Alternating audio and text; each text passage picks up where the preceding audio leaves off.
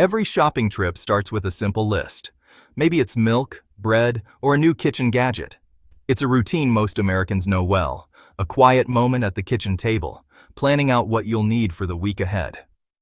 For a lot of us, that list isn't just a reminder, it's a way to keep life on track. And for millions across the country, that list means a trip to Walmart. It's the place where you can find just about everything, and where folks go to stretch their dollars as far as they can. The parking lot's always packed, full of people hoping to save a little on their next haul. But what happens when things way outside your hometown start messing with what you can buy? Suddenly, global politics and international arguments aren't just headlines, they're showing up right there in your shopping cart. Decisions made in Washington, debates, new rules, and laws are now hitting the price tags at your local store. Sometimes overnight, the cost of everyday stuff jumps, leaving shoppers confused and honestly a little frustrated. This isn't just about numbers or economics, it's about how government choices shape the daily lives of families in the US and Canada. Every price hike or discount changes what ends up on the dinner table and how families manage their budgets. American shoppers are starting to notice prices creeping up. Bikes, blenders, even basic appliances cost more than they did just a few months ago. The increases might seem small at first, but they add up fast, forcing tough decisions at checkout. The reason? Tariffs, taxes on imported goods, meant to protect American businesses from foreign competition. The idea is to help US companies, but in reality, these tariffs often hit family budgets the hardest, making everyday shopping more expensive. Meanwhile, just north of the border in Canada, it's a different story. Prices are holding steady, and shoppers are leaving stores with full bags and big smiles, enjoying deals that feel out of reach for many Americans right now.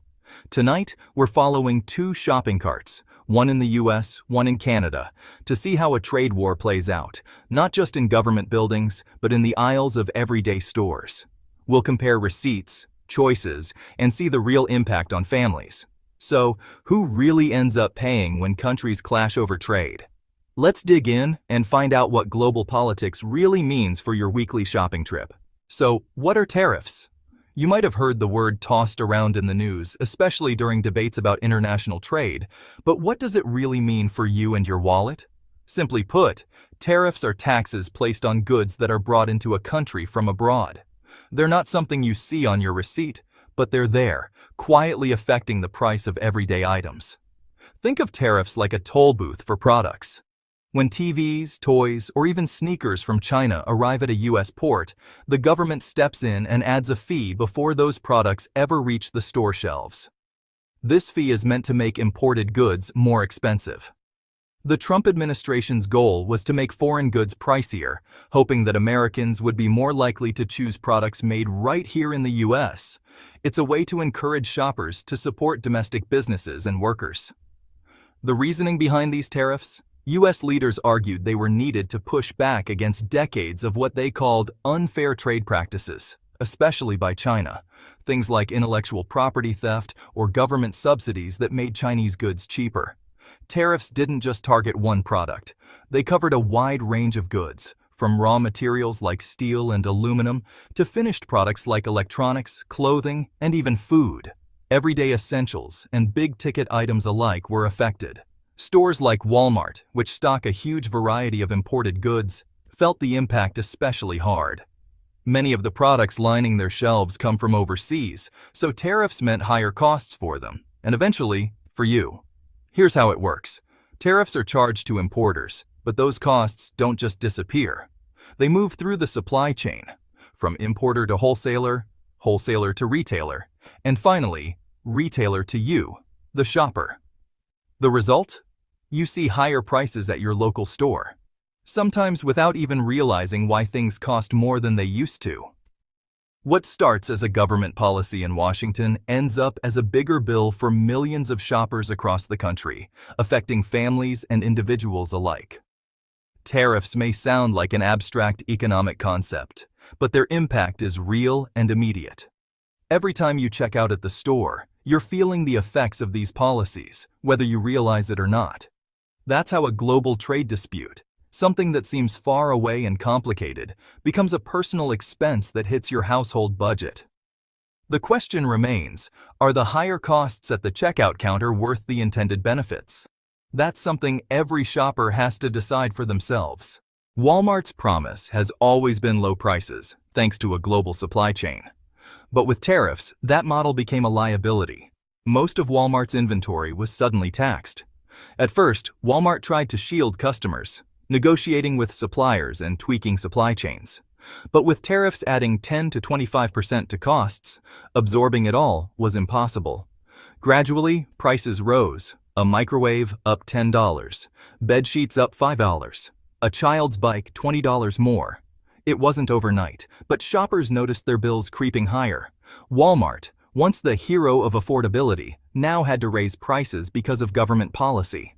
The hardest hit? Working and middle-class families who rely on those low prices. The aisles of Walmart became the front line of the trade war, where global policy met family budgets. The impact was immediate and personal. For American families, tariffs weren't just headlines, they were felt at the checkout. A backpack for school, a bookshelf for a new apartment, suddenly everything cost more.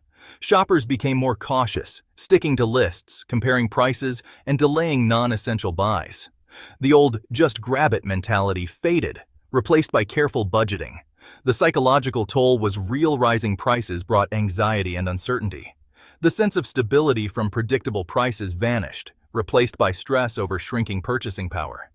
Real stories emerged, like Sarah, a single mom in Ohio, cutting back on fresh produce, or Mark, a construction worker, delaying new boots. These weren't isolated cases, they reflected a nationwide shift. The tariffs, meant to help American workers, often made life more expensive for them. The promise of affordability was slipping away. For many, the trade war was felt most at home. North of the border, Canadians faced a different reality. Without broad tariffs, Canadian prices on imported goods stayed stable. TVs, furniture, and appliances in Canada didn't carry the extra tax burden. This created a growing price gap between US and Canadian stores. Canadian retailers, from big chains to local shops, kept prices low and steady. For Canadians, shopping felt normal, unaware of the turmoil just miles away. In border towns, the same grill cost $250 in Buffalo, but only $200 in Fort Erie. The difference wasn't efficiency, just policy. This price gap was about to change cross-border shopping habits in a big way. As the price gap widened, Americans started heading north to shop. Border states like New York and Washington saw residents making regular trips to Canada for deals. Electronics, appliances, clothes. Americans loaded up, chasing savings. Canadian stores noticed parking lots filled with US plates, sales surged, and American accents filled the aisles. Some stores even advertised to US shoppers, highlighting their stable prices. For Canadian border towns, it was an unexpected boom. Jobs, profits, and local economies all benefited. The motivation was simple: save money. A family could spend $500 on back-to-school supplies in the US or $400 in Canada. For big purchases, the savings were even greater. The inconvenience of a border crossing was a small price to pay for hundreds in savings.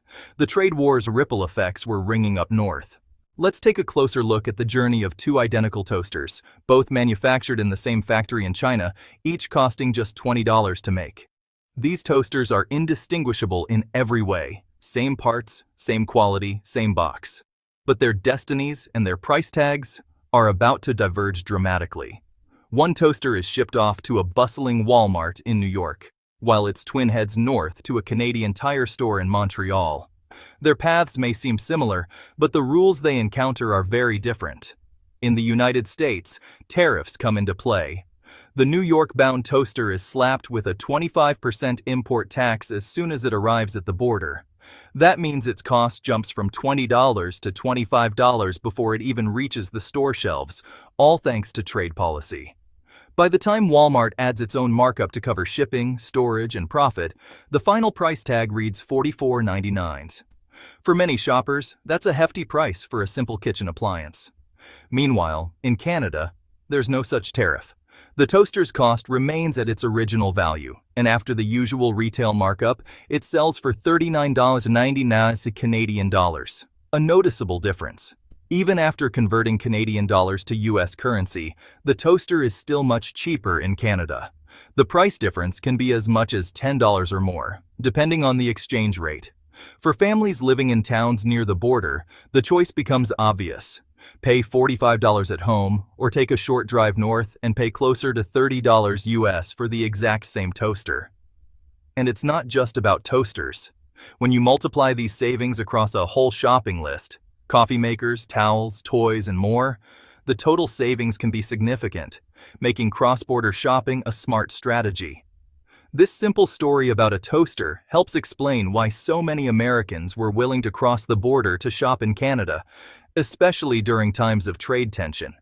The financial incentive was simply too strong to ignore. For many, the savings on everyday items made the trip worthwhile. The impact of the trade war was felt not just in headlines, but in the checkout line. One receipt at a time, families could see the difference for themselves. Sometimes the most powerful economics lesson isn't found in a textbook, but right there in the kitchen aisle, where price tags tell the real story of global trade. So, who won and who lost in this tariff saga? Canadian retailers and border towns were clear winners, enjoying a surge in sales. Canadian consumers benefited from stable prices. The losers? American shoppers, especially low- and middle-income families, who faced higher prices and tighter budgets. Retailers like Walmart struggled, caught between rising costs and price-sensitive customers. The goal was to help U.S. manufacturers, but the results were mixed. Some industries gained, others lost due to higher input costs. The lesson: tariffs have far-reaching, often unintended consequences. A policy meant to protect can end up hurting those it aims to help. In a global economy, the real cost of a trade war is paid at the checkout. The tale of two shopping carts is a reminder. Economic battles are always personal.